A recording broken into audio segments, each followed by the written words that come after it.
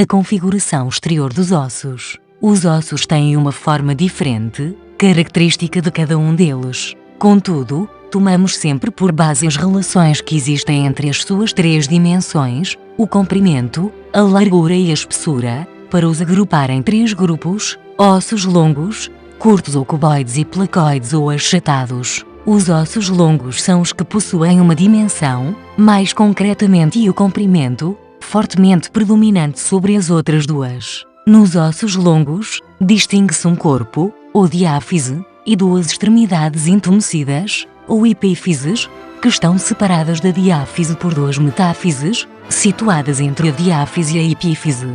A clavícula é uma exceção dentro destes ossos, pois não possui epífises distintas. A diáfise é, geralmente, prismática triangular, como tão marcadamente demonstrado nos membros, tanto superior como inferior.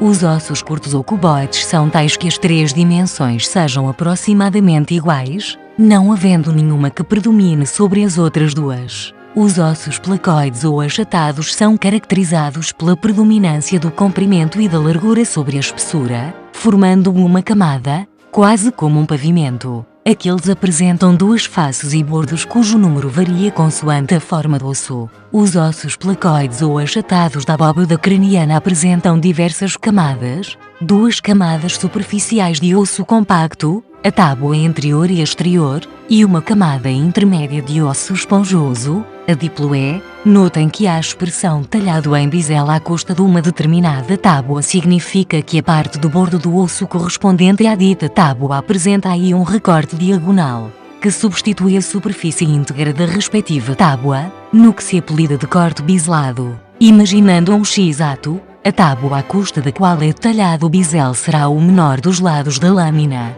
Agora, passaremos a descrever a constituição dos ditos ossos. Num filme vindouro trataremos com mais profundidade os acidentes topográficos, passe a péssima comparação, e a vascularização dos mesmos ossos. Assim, sintetizando, os ossos são formados por tecido compacto e por tecido esponjoso. Procurando uma noção mais visual, o tecido compacto forma, à periferia do osso, uma camada contínua e o tecido esponjoso é embainhado pelo dito tecido compacto. Este tecido esponjoso é formado por lamelas ósseas, as quais limitam auréolas que comunicam mutuamente e se encontram preenchidas por medula óssea. Geralmente nas epífises dos ossos longos encontramos as trabéculas, ou lamelas de tecido esponjoso, que estão orientadas, em cada osso, de maneira a oferecerem uma maior resistência às pressões que tais ossos devem suportar.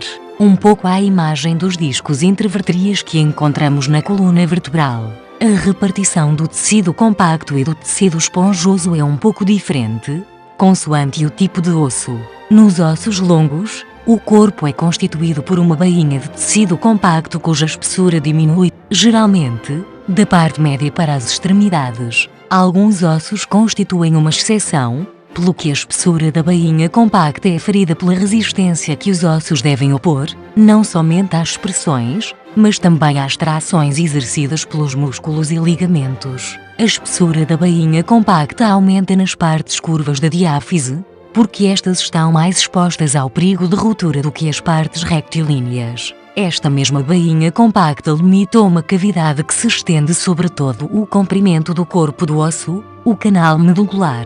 O canal medular, que é atravessado por finas trabéculas, está preenchido por medula óssea. As epífises dos ossos longos são formadas por uma lamela periférica de tecido compacto que envolve uma massa de tecido esponjoso. As auréolas de tecido esponjoso comunicam entre si com o canal medular, encontrando-se preenchidas, tal como o canal medular, por medula óssea. Já os ossos placoides são formados por duas lâminas de tecido compacto, entre as quais existe uma camada mais ou menos espessa de tecido esponjoso. Por vezes, este tecido esponjoso é inexistente numa extensão variável da placa. Neste caso, as duas lâminas de tecido compacto fundem-se numa lâmina fina, que chega por vezes a ser translúcida. Finalmente, os ossos curtos são constituídos por um fino invólucro de tecido compacto, que envolve o tecido esponjoso. Genericamente, Imaginando um ovo outra das comparações forçadas que me vem, teremos uma casca de tecido compacto, recobrindo uma clara medular, que por sua vez engloba uma gema esponjosa. Ou, se preferirem, simplifiquemos tudo a uma barra de Nestlé Aero. Para finalizar, falta uma menção ao periósteo, uma membrana fibrosa e esbranquiçada, que envolve todo o osso, à exceção das superfícies articulares. Em torno das superfícies articulares, o periósteo está unido à cápsula articular.